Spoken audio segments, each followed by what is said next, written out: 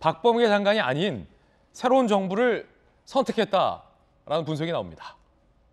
박범계 아닌 윤선택, 법무부 장관의 수사지휘권 폐지, 장관의 지휘권 생사로 검찰 중립성과 독립성 훼손 논란이 발생한 데 공감, 법률 개정 작업에 적극 참여하겠다라고 인수위 취지, 당선인 취지에 동의를 했습니다.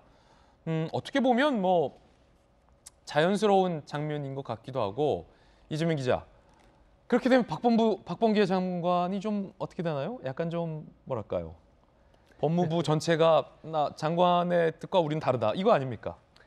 그러니까 박범계 장관이 왜 굳이 사실 업무 보고 전에 그 개인의 입장을 밝힌 자체가 좀 의아하죠. 사실 그럴 이유가 전혀 없었는데, 글쎄 박범계 장관이 사실 법무부 장관을 취임하면서부터 나는 장관이기 전에 민주당 의원이다 이런 얘기를 했었는데, 그런 어떤 정치적 의사를 굳이 밝힐 이유가 있었나 이런 생각이 드는 거고, 전 법무부가 더 잘할 거라 생각합니다. 지난번에 말씀드렸지만 현 정부 들어서 4차례 수사지휘권이 발동됐습니다. 그 4차례 수사지휘권이 정말 검찰의 중립성과 독립성을 보장하고, 혹은 검찰의 수사권 남용을 민주적으로 통제하기 위한 거였는지, 아니면 민주적 절차를 활용해서 여권의 주장을 관철하려고 했는지, 사실은 법무부가 더 잘 알 거다라는 생각이 들고, 또 하나 놀라야 되는 게 이제 형사사건 공표를 금지해왔던 거 아니겠습니까? 그게 조국 전 장관 때 이제 실행이 됐던 건데, 그 이후로 과거 같으면 이제 기소가 되면 공소장이 다 공개됐었는데, 울산시장 선거 개입 사건 같이 여권의 불리한 사건들은 기소가 돼서 공소장이 이미 있는데도 불구하고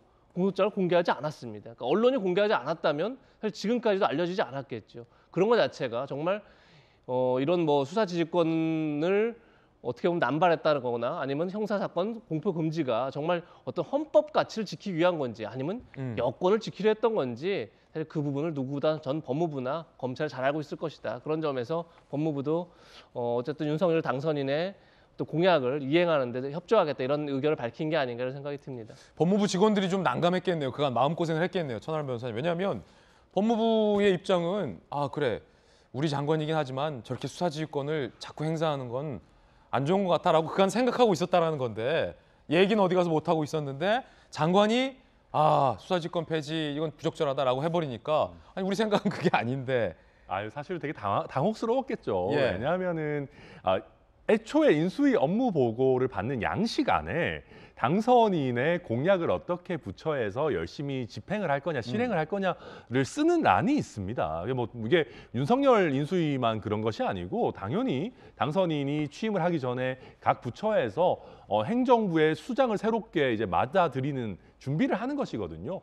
그런 상황에서 아직까지는 현직인 박범계 장관이 개인 의견을 사실은 장관의 지위에서 말씀을 해버리니까 법무부 직원들 굉장히 아마 당혹스러웠을 거예요. 근데 이제 법무부 직원들로서도 어쨌거나 기존의 관행에 따라서 새롭게 출범하는 정부의 정책 기조에 맞춰야 되는 것이 자연스러운 일이기 때문에, 저는 그래서 이게 자연스러운 일이다 해서 박범계 장관도 너무 서운하게 생각하시지 마시라라는 말씀을 드리고 싶습니다. 관련해서 검찰총장은 법무부 장관의 부하가 아닙니다 라고 했던 유명한 발언이 바로 윤석열 당선인의 과거 검찰총장 때 발언이었죠. 저희들은 60초 광고 후에 돌아오겠습니다. 잠시 후에 뵙죠.